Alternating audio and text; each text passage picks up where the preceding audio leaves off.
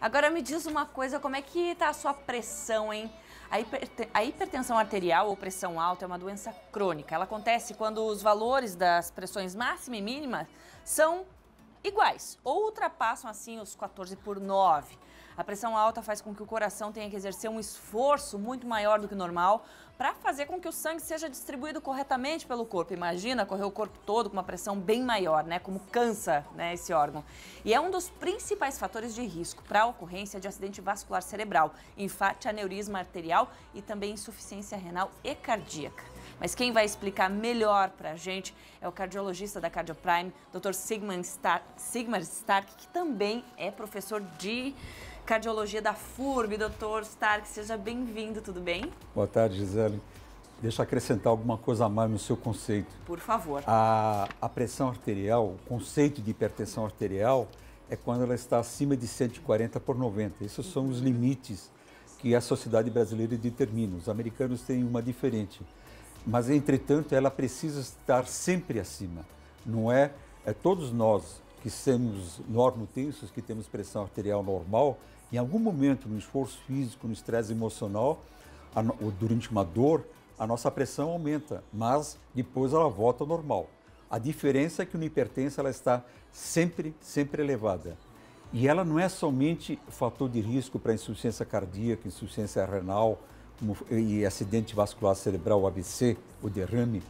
Ela também gera a doença coronariana, o infarto, algumas arritmias, como fibrilação atrial, e também a demência. Existe uma relação entre demência vascular, não a Alzheimer, mas demência vascular, com a fibrilação atrial. E doutor, nossa audiência, inclusive, esqueci de pedir aqui, ressaltar, quem quiser pode mandar pergunta para o nosso WhatsApp, coloca na tela. Inclusive, já mandaram para a gente aqui, doutor. Pode colocar aqui, a Lu mandou. Boa tarde, é a Luciana do bairro Fortaleza. Tenho 35 anos e sou obesa. Tenho pressão alta e tive uma semana inteira de dormência nas mãos do lado esquerdo. Tem a ver com o coração?